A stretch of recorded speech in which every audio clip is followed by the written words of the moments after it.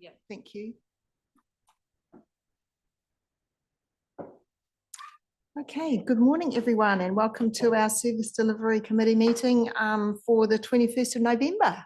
Yeah, great to see you all here. And December. Yeah, so that's the wrong one, isn't it? I was reading the Sorry, the 5th of December. Get that right. Anyway, I see that Mayor Susan is zooming in online. Welcome, Susan. Hope you can hear us. All right. I can indeed. Morena, everybody. Thank you. All right, so to begin with, do we have any apologies? Thanks. No apologies. Thank you. Just quickly, Chair Claire, I have to sneak away early, but I'm fairly certain, you were aware of that. Yeah, thanks for letting us know that. Thank you. Yeah, and we haven't heard anything from Hirangi, so yeah, hopefully she might be just a little bit late. Yeah, excellent. So, with that, do we have any disclosures of members' interests? Yes, through you, Madam Chair, I'll declare a conflict of interest with the sports fields. Okay. Yeah, excellent. Thank you. And any late items? I don't think we've got any, have we? No late. There's a point of order. Yes. I am aware that... Oh, could you just press your button, please? I am aware that item 13 has changed. According to the information that I was given yesterday, to include the reason for it going into public excluded is for the privacy of natural persons, as the matter indirectly affects the employment of eyesight staff. Now, I'm concerned that as per the Local Government Official Information and Meetings Act, the due notification of that change has not been made public. And also the fact that it affects the employment of eyesight staff, and the eyesight staff are not aware nor have been involved in any pre-discussion that their employment or matters pertaining to their employment are being discussed in that item. Therefore, I'd like you to rule on that point of order. I don't think that matter should be discussed. So the point that you're raising is that shouldn't be a public excluded item, or just that those changes are procedurally incorrect? It makes that whole inclusion of that item inappropriate in the agenda, as due notice hasn't been given, and also it affects the employment of staff, which they've not been included in that discussion. So I think on both those points, then it's inappropriate to include it in the discussion. Well, I'll need to get some guidance on that. I think Councillor Gordon. Yeah, so who would be the appropriate person to make that? Joe there.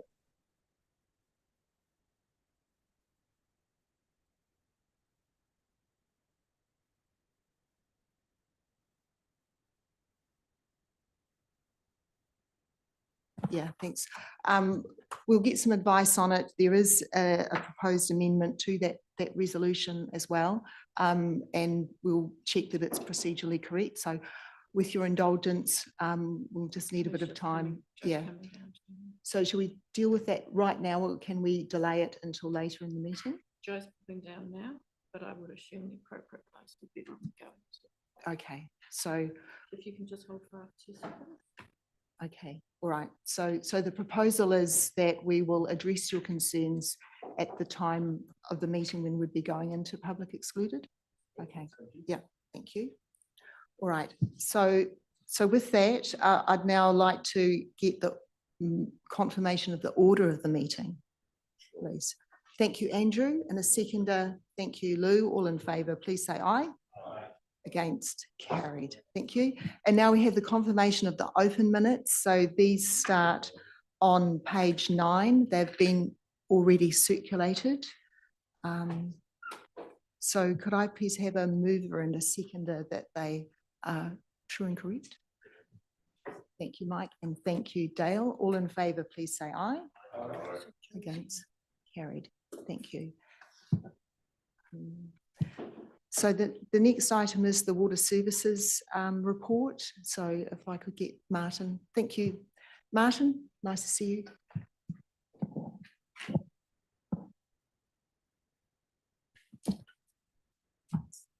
Good morning through the chair and councillors. Just take the water services activity report to mid-November as read. It is to mid-November, not a full three months due to the timing. And just bring a few things of particular note.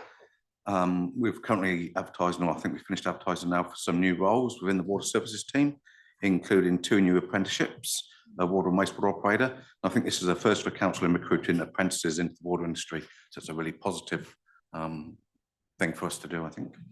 And we've had some good applicants, so hopefully we'll be able to employ some. There's a slight change to this format for the compliance section, which hopefully you'll like. I'm happy to take any feedback on that. And we also had the successful rainwater tank scavenger hunt in October with 6 tanks being won. And then we've also got a couple of questions that previously asked to respond to. So the first one is, I think on page 5 of the activity report is the key demand changes and reason for this. So on that graph on page 5, there's in the previous year, there's a lot of demand in Kiki. That's inaccurate. So we tried to, Kiki don't use 4,000 cubes a day. So that the previous year's data there for that section is inaccurate. So we'll try and correct that. We tried to do it before today, but we couldn't, unfortunately. Sorry about that. The second one is the abatement note is still at the Kiki domain, but we've not made any progress on that, and that's due to our busyness, I think, rather than anything else, is progressing it with the property leasees and moving forward. So we'll strive to do that. The stormwater comprehensive discharge consent on page 10. The question was, what will public notification look like next year? Will it include notification of the requirements and impacts on homeowners, landowners, and the responsibilities that they have, but which we will then need to be enforced? So it's an expectation of the changes as we get a new consent that we will need to manage on-site stormwater devices. So most subdivisions and new builds have on-lot stormwater devices of varying degrees. And at the moment, there's no zero management of them. And one of the concerns of the regional council in issuing a consent is that they'll just be left to do nothing or bypassed, and therefore so won't deliver the outcomes they're intended to do. So it's how do we manage that is one of the things we're trying to look at. You know, is it a thing that we have to employ compliance officers to manage, and then fund if they need fixing, or you know, what will be the requirements to enforcing a landowner? We're still early in that journey. But just on that, Martin, so could you give an example of a stormwater device, like maybe that might be sediment traps or something like that? Is that what it might be? Yep, so they could have on-lot soakage devices, so the bulk of the stormwater goes into a soakage device first before it leaves the property. That could be clogged up, blocked, no longer doing any soakage, and so the stormwater's just running off. Or if people have put in stormwater tanks as detention systems as part of a consent, they may be bypassed or not being used. I see what you mean, yeah. So yeah, it's more like making sure that what's been put in place is still functional and yes, maintained, that kind of thing. Yeah. Oh, so okay, it's how do we come up with a process to manage that going forward? Okay, thank you. And the next one was the Carapira reservoirs. Can we please provide further commentary on why the current location is no longer appropriate? So I'll apologise first for my pronunciation, but the site is Ngāti Karaka Kahukura Par site. I think it's called Te Tiki o Te Ihurangi, and it is one end of the Waka for NKK. So it's a very significant cultural site. It was then replaced with the Crow's Nest Redoubt following the land wars. And then following that, we then built the reservoirs on it in the 70s. And so it wouldn't be appropriate to replace them. It'd be to demolition them and return it to its its original intent. Yes, Mike. Through the chair, thanks Martin for that. Two questions. One, just an update on and just how we're monitoring the claims again. You know, just are they starting to cause any issues for us? Obviously, the river's inundated with them, but any issues in terms of any of our water intakes? No, so we've been monitoring the intake and the screen where we captured them early on. We monitor that every month, and there's been very few, if hardly any, caught. And we're even looking forward to moving that to a 3-monthly check, because it does take us some time to do that. But there's been no sign other than it's probably coming into breeding season with the change in temperature. So Right. No, well, that's good news. Hey, and the next one is, it's not in there, but just any updates on Lake Tukutu? Part of the development there was we're looking at sort of trying to stop the stormwater and trying to do some stuff around sediment traps, etc. At the top was my understanding. I could be wrong. Have we started that work, or is it finished, or is it? So we installed the rain gardens up around the roundabout to try and capture some of the road runoff before it goes to the lake. Yeah. And the regional council do monitoring the lake. It will take quite a long time to show from those small rain gardens if there's been any improvement. And our future plans, once we get our consent, would probably be significantly more rain gardens or treatment devices in that stormwater runoff before it goes to the lake. So that's an ongoing journey once we've got our new consent to know what we fully got to do. Thanks for that, Mark. Any other questions? Yes, Marcus. With the apprenticeships, Martin, whereabouts are they coming from? Are they local people, or are they school leavers, or? Yeah. Yep. So we're just going through the recruitment process now and shortlisting. We approached the high schools to let them know the roles were there. Unfortunately, we were hoping to get a school leaver, or 2 school leavers. We didn't quite hit that mark, but we have got some good applicants who are somewhere between 18 and 20, so not quite school leavers, but still young people, and they're local. Yeah. Excellent. Dale, Marie, and then Bruce. Morena, just a couple of questions. In regards to the incident we have on page 4, just out of curiosity, do they get put onto ETMO as well, those as a notification when something happens like that? Just wondering. I'm just wondering if it. Yeah, only if they have an impact on public. Oh, okay, right. Yeah. All right. And the other question has just gone out of my head, and it did relate to the last one that I heard, but I'll come back. Okay, thank you, Dale. I'll give you another chance. I've got Bruce and then Lou. Just on page 5, Pukeremu demand. So from June to October, it's like 2,000 cubes a month more. Is it airport development, or is there other reasons for it? They're quite consistent per month compared with last year. Yeah, it's just a general growth, I think, across the whole Pukeremu district, the airport, and with everything else as well. And we've also, since we've built the parallel road treatment plan, we're less restrictive on new connections within Pukeremu, whereas previously we had to say no if someone subdivided and built a house. We couldn't supply them even restricted supply, but now with the parallel road plan, we're more inclined to allow it. Yeah, because we've got the capacity. Yeah, that's great news, actually. Thank you. And now Lou. Yeah, thank you, Martin. An excellent report. I just want to ask, with Taumata Arawai doing, your water safety plans in Cambridge at the current point in time, you say that it's going to be finished by Christmas. How's that progressing, and to what level down do they go with that safety, water safety plan? Yeah, so I haven't got my expert with me, so I'll try and answer that. So we write our water safety plans, and we have to submit them to Taumata Arawai. We submit them on the time frame required. They don't approve or anything of them. They have a look at them, review them, and talk to us about them, but they don't tell you if it's appropriate. They won't sign it off as an approved plan.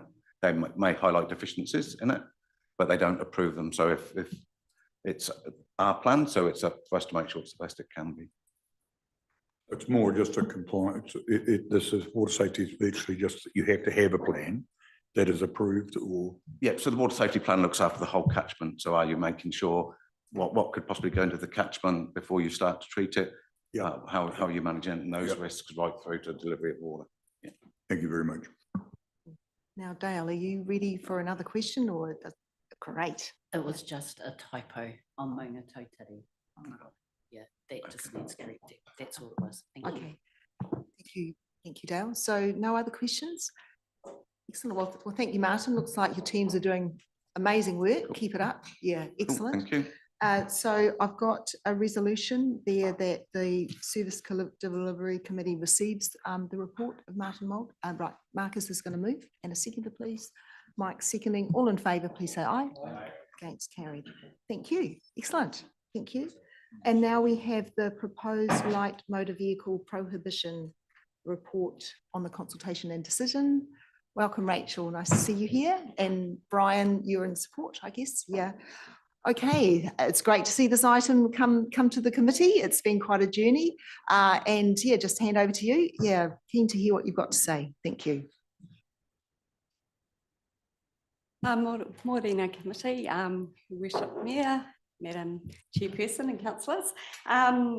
You will recall basically back in February this year, there was approval from Service Delivery Committee for public consultation with residents and property owners regarding the proposed roads for the light motor vehicle prohibition under the Public Places Bylaw to help address antisocial driving behaviour. That consultation ran October, November recently. It's now complete and it was with directly affected residents, businesses and property owners. We had 95 responses, so a good response rate. In summary, 82 responses, there was positive support. Of those, there were 12 that supported but wanted to ensure that visitors were exempt from the prohibition rules. 10% opposed and 3% neither supported or opposed. So that's a summary of the consultation. So basically this report seeks consideration of the feedback and approval to designate the roads for inclusion in the light motor vehicle prohibition. And I asked for any questions. Thank you. Any questions? Phil, you want to make a comment? Yeah, I have a couple of quick questions, Madam Chair. Thank you for the morning and thanks for your report. Just a couple of little things. Can further roads be added or roads deleted over time or anything like that? Because there's plenty of other roads that there's burnouts and things like that too, but can they be added? Yeah, absolutely. It's recognised and came through the consultation that there are other roads that have these problems. Obviously, there are criteria that we have to meet in terms of and work with the police and consult on those as to whether they meet a future list. There will be a prohibition register on the council website, and depending on how the review goes with these roads, more could be added later, more roads.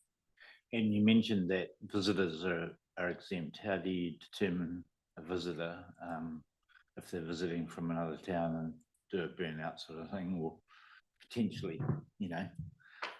may later that evening do a burnout? How do you determine a visitor? It's really under the police to enforce the rules under the. But obviously visitors that are there for a reason are exempt from this prohibition. If their purpose is there to do burnout, then there won't be an exemption. Yeah. Okay, cool. Okay, thank you. Any other comments? No, that's fine. Look, it's really good to see it here. I mean, it is. I think it is important that there is that visitor exemption, so people don't feel like they're being in a prison. That there still can be people coming and going, but it's just the purpose. Yeah, totally agree with Brian that if they're there to do burnouts, they're likely to be face enforcement action. Oh, sorry, Bruce. Rachel, just one or Brian. Trucks displaying the H permits. Is the information on the Waka Kotahi website? How do we find out whether this truck shouldn't be here? Right. There's a lot of misconception about trucks displaying an H permit. So they might have an H on them, but they may not actually be a high productivity motor vehicle. They might just be over length or something like that. So the trucks that are HPMV, they've often got a license to be, yes, larger, but carry weights greater than 50 tonne in total. And the Waka Kotahi issues permits for those trucks, and they will, we notify to Waka Kotahi the roads that will permit those larger trucks on. And if they get an application for use of those trucks on another road that we haven't permitted in the past, then we will consider it, but not necessarily approve it. So within Waipa district, those roads that are permitted are the state highways and ones like Victoria Street, Victoria Road to our industrial areas, Alexandra Street, Racecourse Road. So there's actually a very few number of our local roads in the district are able to be used by HPMV vehicles. Yeah, so people will see these trucks with an H on them, but that doesn't mean to say that they're actually operating under a permit or overweight. I'm not actually sure if that's relevant to this agenda item we're working on, Bruce, or if it relates more to the petition. I don't know. Was it? Yeah. Oh, yeah, one of the objectors had noted these trucks in their submission. Oh, yes, that's right. Yeah, and we will okay. respond to that submitted with the information I've given. Oh, yeah, thanks. Thanks. Well, it's good that you asked it, Bruce. Thank you very much. So I've got Liz and then Andrew. Did you want to say something? Yeah. Yeah, no, look, thank you, Councillor Clare. So look, this piece of work, of course, has been ongoing for some years, and I think I'm really very, very pleased to see this on our agenda today. We'll finally wrap up probably 10 years of various complaints, lack of sleep, issues that we've seen on our local roads that's been steadily increasing. This will provide relief for residents who live in these spaces that simply have been scared at times to even go out on their own local roads, which has been really concerning. So I know that this isn't necessarily going to please or cover every single piece of, stretch of road, but it's a really good start. And I think that, yeah, specifically to some of the concerns I've had around Goodex Road and Tamero, this is going to be really great relief for people. So I'm happy to move the recommendation actually, and just congratulate council staff on listening to the community's concerns, acting on it, and here we are. We've got some robust work now that the police can help enforce. So that's really a really great outcome, I think, for our community. Yeah, thanks, Liz. I really endorse those comments as well. So Liz moves now. Andrew, did you want to make any comments? Or? Just a quick comment. Yeah, a substantial piece of work. It's so well done, and a comprehensive report and comprehensive recommendation as well, which I'm happy to second. It's no magic bullet. I mean, people are still going to be out there misbehaving, and the police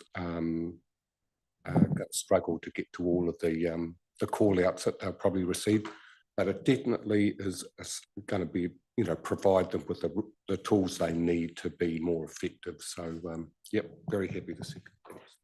Thank you, Andrew. So we've got a mover and a seconder. All in favour, please say aye. Aye. Against, carried.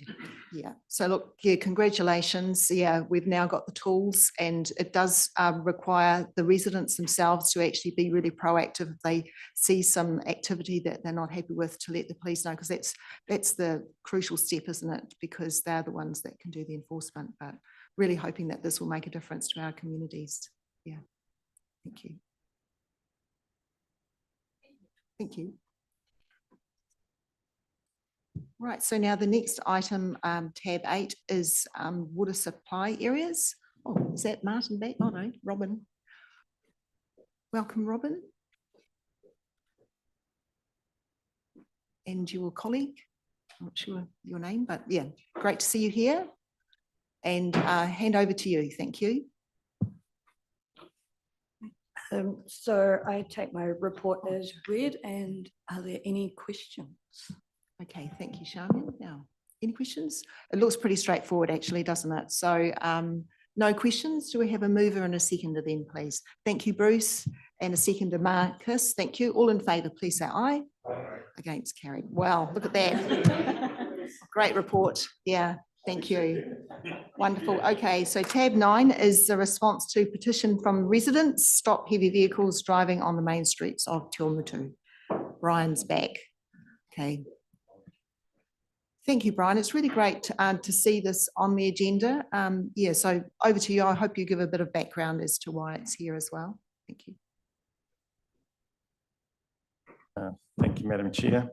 Yes, so we received this petition on the 20th of November after this year 2, really unfortunate fatal crashes in our main shopping street of Te Awamutu. So that prompted the petitioner to pull this petition together. So the petitioner was actually contacted to, invite them to come to this meeting here today, but they haven't availed themselves of that opportunity, but they were certainly invited to come along and hear the discussion. Perhaps they're listening online. So I've just outlined there in the paper the background behind the 2 crashes that has come from that basic police information that they send to us every time there's a fatal crash. Within a few days, we get a very brief description of what happened. So certainly we can't, from that information, draw any strong conclusions about, what was the direct cause of those incidents. But certainly, as I say, 2 fatal pedestrian incidents involving trucks in our shopping streets in under a year is concerning. So I just outlined there, council has done a lot of work towards trying to move trucks out of our shopping area, dating back to the 1990s when State Highway 3 was moved out of Arawata and Sloane Street. Then also in the 1990s, reconfiguring the main street to provide pedestrian crossings and median island, and changing the parking arrangements, which significantly reduced the number of crashes in the main street from that time forward. And of course, we've been doing that work with the Western Arterial and looking at ways that we could find more affordable ways of diverting some traffic around the main street, giving better accessibility to State Highway 3 for trucks to be able to move around the main street and not have to come through it. So that work is obviously underway and in the draft LTP. Really, the potential mechanisms we have in the next 3 years to address safety issues like this is really within our low cost, low risk safety improvements program in our subsidised roading program. And while the business case work for Te Awamutu strategic roads does identify, making further pedestrian improvements, particularly in Arawata and Sloane Street, because there is a lack of safe pedestrian crossing points in those streets. That is certainly one way that we could start to tackle it earlier. But I could stop here and yes, answer any questions. Thank you. Thank you. Any, Andrew, did you have something to say? No, thanks, Brian. Yeah, I mean, we'd love to have no trucks in the main street. I'd love to have it largely pedestrianised, but clearly we have to be practical. Trucks have got to progress around our district and town, but yes, I certainly encourage and you will take heart from the fact that let's look at making these main streets as safe for pedestrians as possible. Absolutely endorse. Thank you. Marcus? Yeah, I endorse as well, but let's not forget that it's not the truck's behaviour that caused the accidents, and not turn the trucks into victims, because the truck's behaviour and the truckies' behaviour is like driving on the main street has been really good. Like they are good with pedestrians and they are safety aware. These are tragic accidents that wasn't caused by the truck's behaviour. Yeah, I mean, yeah, that certainly is a relevant comment, definitely. I understand that you're looking at more safer crossing points though in Alexander Street if possible. Yeah.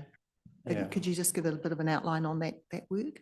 Yeah, well, staff, when these sort of things happen, you know, you can imagine a bunch of engineers in the office, they immediately jump to what the potential solutions are, or, you know, what could be built. That's a typical engineering approach, but we'd be keen to, I guess, you know, have some discussions with the business community, with the community board, with councillors, and see, yeah, what are the potential options? Because anything that we do build will obviously have effects on how the main street operates. It might remove some parking, it might change turning lanes and things like that if we build additional pedestrian crossings and things like that. But certainly, you know, we know that shopping streets, main shopping streets, they become you know, community centres where you've got that business activity, but you have a lot of other activity, people meeting each other, you know, recreation, walking and all of those things. So they do need to be, you know, safer places as we can make them.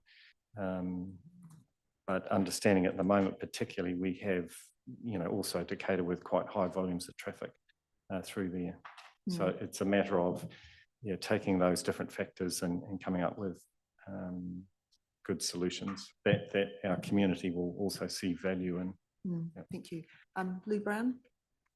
Thank you, Brian. It's a great report, and I do sympathise with what you're saying. But just one thing with the Albert Park Drive, one of the key problems driving large units, particularly trailered units, is that intersection that we have up by the at the other end of Alexander Street, at the top there. That intersection's off camber, and it's very, very difficult to get your trailer around there sometimes without encroaching onto it. This is why a lot of the people tend to drive through the main street, and I just wonder whether that is a Waka Kotahi thing. Is it correct?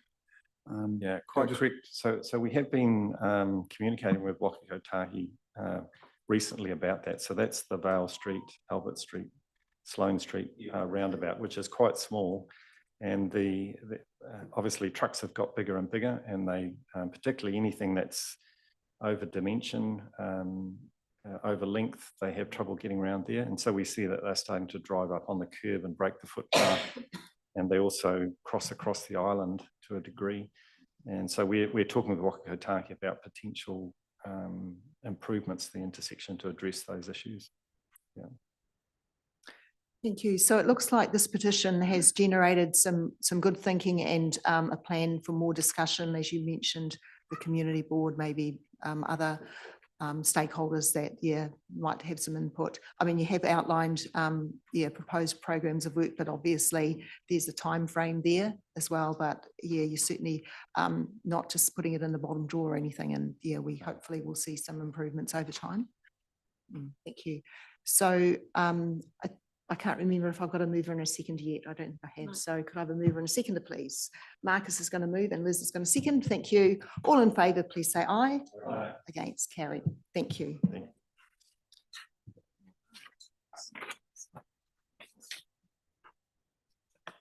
So now we have request for road names. James Brott.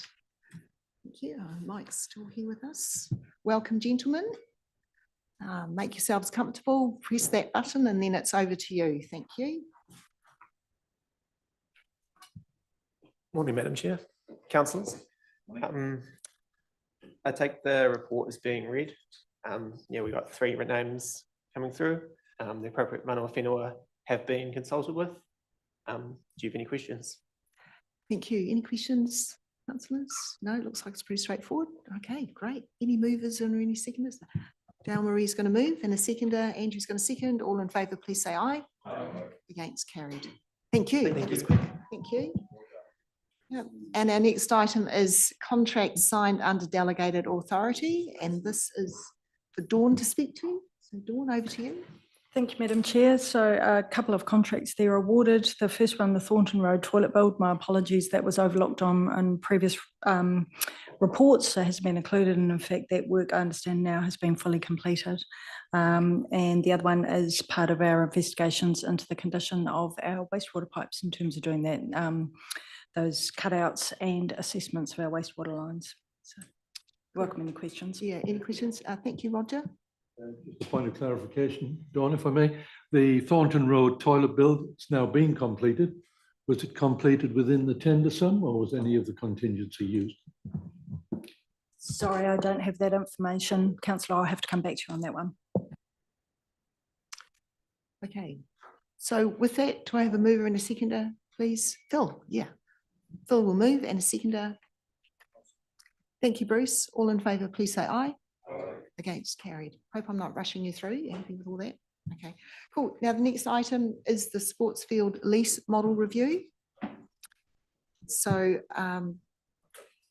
it's Brad's baby. Welcome, Brad. Thank you for your report, and over to you to lead us through it. Thank you. Morena, ngā mihi o te ata koutou, te hei mauri ora. I will take 10 minutes or so just to cover off some of the key points on my report here. Once I provide my summary, I'll be happy to take any questions. So I'm just going to get rid of that phone call that's coming through.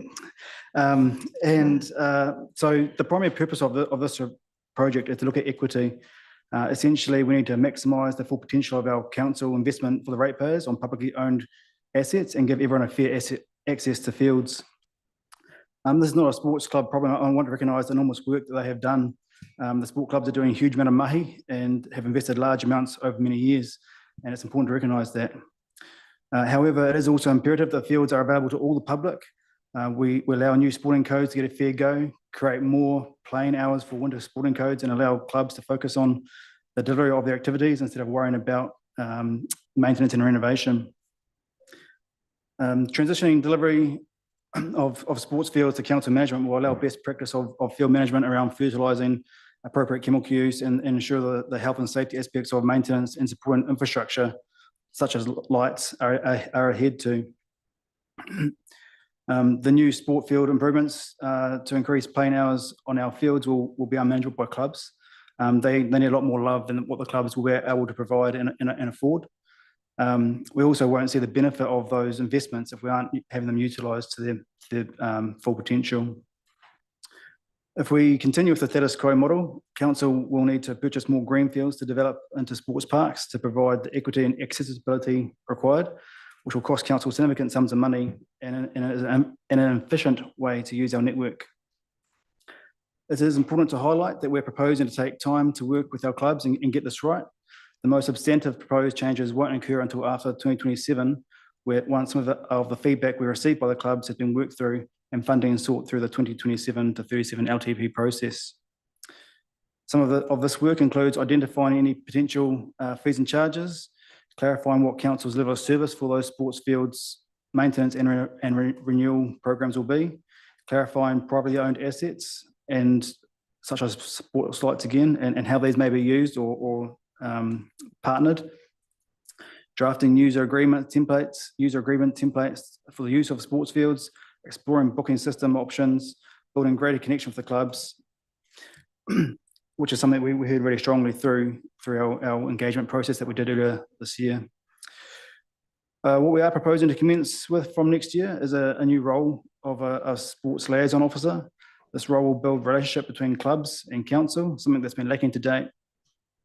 They'll also work to find efficiencies through economy of scale by partnering with the clubs to understand who's doing what on the fields when, and trying to engage contractors and sponsors to do that work at a much more affordable rate by scale. Working with other event organisers and other codes to work alongside the clubs to increase the field use and also connection to the clubs.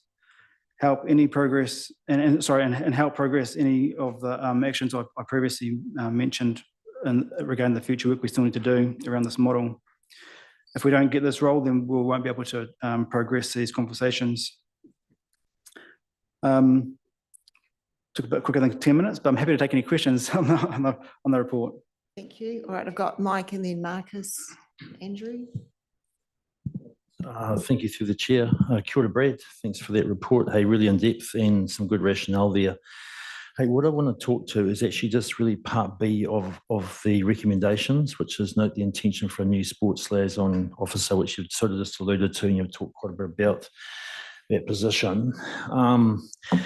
So I'm going to throw on the table an alternative to that person that I, in my view, we have on staff. And that, look, a lot of what it's about building relationships. It's about this role, it's about finding economies of scale. It's about working with sponsors and contractors. And it's working alongside club and communities. To me, those roles exist now, and they are with our community service workers. We've got two of them, one on each side of a district. They came on as sort of, under COVID, they've been employed as staff. To me, they fit really well into meeting your objectives. Because the other thing is, from my understanding, is we don't really, you've asked for a full staff member, but we haven't possibly scoped out exactly how much of FTE we actually need for this over 3 years. So to me, I'll put on the table that could we go and investigate whether there's capacity among those two staff, because this is quite longitudinal. You're really working towards 2027. But the staff member to get your work done is imperative to meeting your objectives. So yeah, I'll just throw that on the table. It's 125K that we may be able to save, save on rates or use in other places where, where there's discussions going on at the moment. But just your thoughts on that. Yeah, thanks, Councillor Peter. Look, gut feel is that the role will be quite a bit bigger than what they can have capacity for. We're still to fully scope the role, but I suspect it will be close to full time. There's a lot of clubs to get around, form those relationships, which we haven't had to date, but then also to progress some of the work that I've identified in this report here. So there's a fair bit of mahi to do, and I think our current advisors wouldn't have the capacity to pick that workload up. We can look into it. Yeah, all right. That's all. I guess all I'm asking is just, hey, it's worth looking into from my point of view. Thanks. Thank you. Then I've got Marcus, Andrew, and then Dale. Mike's asked my question. Because basically with Gina's background at Sport Waikato and stuff like that, like surely this would be a great opportunity for them to actually get the ball rolling. Like, do we actually need another staff member? My other thoughts was, could this also include our halls as well, like booking systems for the Kiki Town Hall and bits and pieces to get them activated as well? Because if we're going to do a booking system for our sports ground, surely we can do this for schools. And how would this fit in with the whole of the Kiki domain? Because I notice you've got the rugby ground and cricket, but you haven't included any of the polo grounds or speedway and stuff into the leases. Yeah, thanks, Councillor Gower. To your second point, following Councillor Pitts, regarding the halls potentially using the booking system, fantastic if we can. That would definitely be something we look at for all of our booking systems. Really, I suppose if there's a capture all, then we'll definitely be exploring that. That's a great suggestion and something we're already looking at. And then to your third point there of the Kiki user groups, this primarily focuses on those that are using green space at the moment. So some of the other users, such as the Speedway and Rodeo, their leases would be incompatible with a lot of the things that we're trying to achieve through this. So it also doesn't include things like tennis courts and bowls clubs, which are quite specific. This is more looking at the broader platforms that we can use to maximise for other things at this point in time. But the show jumping ground on the Kiki domain could be used for other things, not the polo ground, but there's also another big green space which the Pony Club use that has been used in the future for other activities apart from like Pony Club and show jumping. Yeah, right. Okay, we'll take that feedback on board. Thanks. Yeah, as I said, we've largely focused on the sports field platforms that we've got currently, but we can also look at some of those other wider options, I'm sure. Yeah, because they have dog events and dog agility and things that would like to use that area that the show jumping uses, and that's compatible. Thank you. Andrew?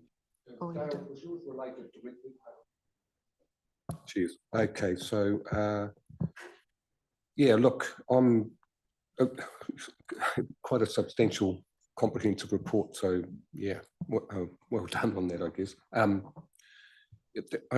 There's a lot of angst out there amongst some of the clubs. We, I think, probably all recognise that, and I think this recommendation is very sensible in moving our way forward a little more slowly than perhaps was originally envisaged. It's really important that the clubs that are doing looking after their grounds well are supported rather than antagonised, I suppose is the word. Really take on the point you make here about utilisation, and if we don't maximise utilisation effectively, we have to create new sports fields, and the costs involved in doing that are substantial.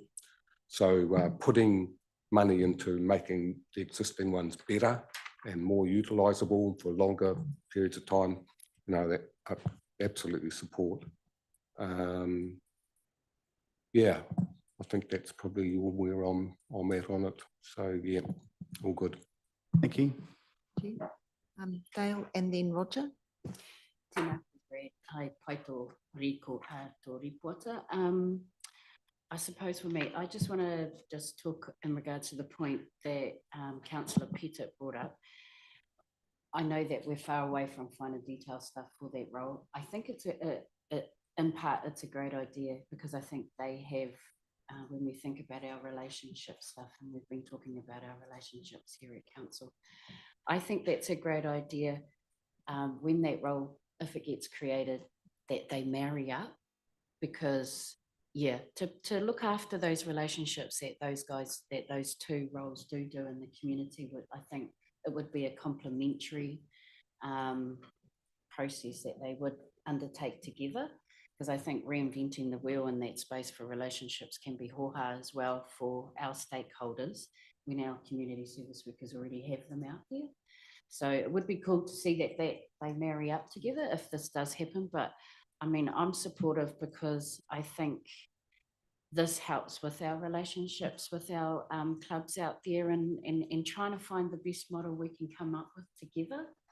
Because I'm really concerned that we take our whānau with us in this and they don't get left behind, because I know how precious we are about our sports ground. So tēnā tātou. Tēnā koe ho. Yeah, thank you, Madam Chair. Thanks, Brad. I'm just going to further on from Mike's suggestion. And, over the last couple of months and in the next month, we've got considerable debate on our taxation and rating levels. And I think what you're suggesting is the employment of an additional staff member. I don't think it's the right time. I'd certainly support Councillor Mike's suggestion of using our existing staff to go out there and survey the environment and let us know what that feeling is. So I don't think we should be employing new staff at this stage. Use our existing resources. Thank you. Okay. No response at this point. Like you have said that you would look into how it would be safe. So I've got Mike and then Andrew. Yeah, and look, and through the chair. Yeah, hey, I guess what I've asked for is just, and it almost covers it, like Brad's made the commitment to go back and talk to whoever sits over Gary or whoever sits over those two employees to see if there is capacity or what could be done. But when you actually read it, the notes the intention for a new sports liaison officer role. Now that role could be a new person, but it could be within. I think the scope is there to actually, for me to go and see what works. So I'm actually comfortable with it because the commitment's been made to have a look at that internal staff capacity. Okay. And then Andrew? Yeah, likewise, I'm comfortable because the recommendation means that we'll effectively be able to be submitted on the long-term plan. So, and I'm happy to move the recommendation. Oh, thank you. Now, I've got a matter to raise, but Okay, all right, thanks. The question I wanted to raise is relating to page 10 of your report or 99 of the agenda. Right at the bottom, it talks about that interim phase where any leases that are maturing in the next 3 years, you know, you're proposing to put in a short term, like a 5-year lease or something. So I'm just sort of making an appeal that you make sure that the club affected isn't going to be disadvantaged. Like, my understanding is that some of the infrastructure that they might be financing themselves might be on, for instance, longer than a 5-year term. So it might, like, for instance, a 10-year term. And so if they are now only able to secure the use of that infrastructure for a lesser term, yeah, it might put their financing in jeopardy and things like that, just to make sure that any I suppose alternative lease arrangements is going to safeguard, the ongoing, ongoing functioning of the club. Yeah, thanks, Madam Chair. Just to speak to that a little bit. So when we talk about these leases, the potential model that we're looking at into the future still has them domiciled at the park. So we're not looking to relocate anyone immediately from any park. So if this model changed, all that would happen was that the actual fields and the surrounding path networks and council infrastructure would come out of the lease, and they would just have the footprint of their buildings and any other assets that they own. So in terms of tenure at the parks, we're not looking to debate that or negotiate that at this point in time. So we envisage that X club will be at X park for until we need to have a discussion or until they decide not to be there, sort of thing. So there's no urgency to be trying to move clubs off. What we're trying to do here is work alongside them to really enable them to provide that activity that they provide for the community and for us. So so look, in terms of assets or investments that they're looking to put onto the parks, my thinking is that they will still be able to apply for those. We can still provide them some council assurance that it's going to benefit the community. I'm sure that the people that are supporting them want to see the community using that as well, not just them. So I think the opportunity there is not going to be lost.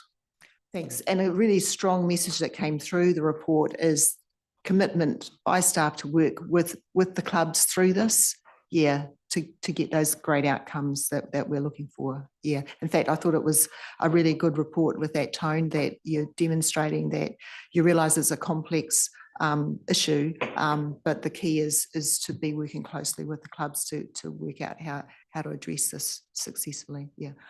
All right. Thank you. Now, Bruce. Brad, just on page 80 of your report with the options, and 1 and 3 have been discounted from further consideration due to low scores.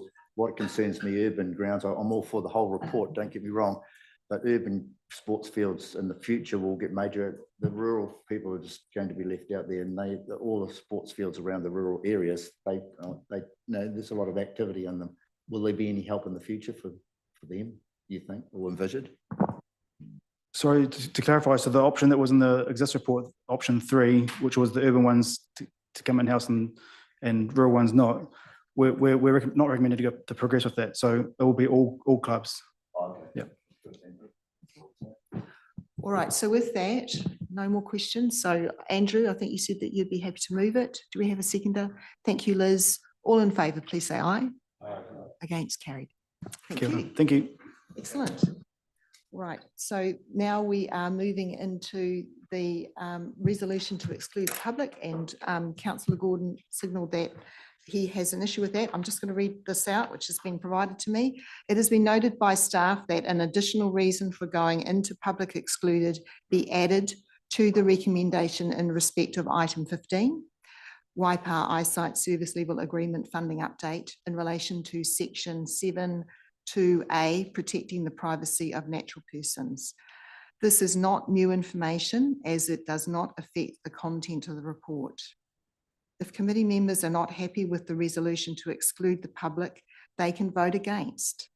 Note, as the report is identified as confidential, it is not appropriate if there are any issues members wish to raise on this item for passing a resolution to exclude the public, that any content of that report itself be discussed in the open at this stage of the agenda.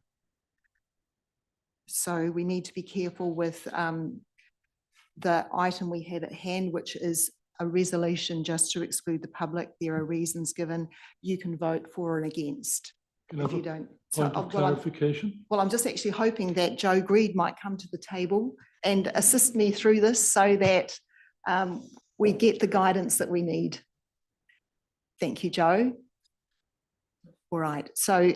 My point of clarification is the second point of my point of order, and that was the change to that motion acknowledges that the item indirectly affects the employment of eyesight staff. So the withdrawal of funding. Just in terms of that, what we've talked about. Can I in just terms of the finish? reason- Excuse me. No, we don't want to Excuse- talk about the content of the report, Excuse- about individual people. I think that was an issue that has been a problem earlier in the meeting. And so people need to actually refrain from that. The reason that was given was privacy of natural persons, and you need to stick to having the conversation at that level, rather than disclosing content of the report at this stage, which the chair has also already advised that you shouldn't do. I wasn't allowed to finish my But point the of reason, clarification. the reason being, Councillor Gordon, is because what you were saying was breaching the guidance that we've been given. And from what I've been helped with, that we have the resolution to vote on, and if you don't agree with that, vote against it. Okay. So with that, we have a resolution to remove, to exclude the public. The reasons are given there. All in favour, well, can I have a mover and a seconder, please? Thank you, Marcus, and a seconder. Thank you, Andrew. All in favour, please say aye. Against? Yes. Would you like your Thank vote you. against Yep. recorded? Thank you. That's carried.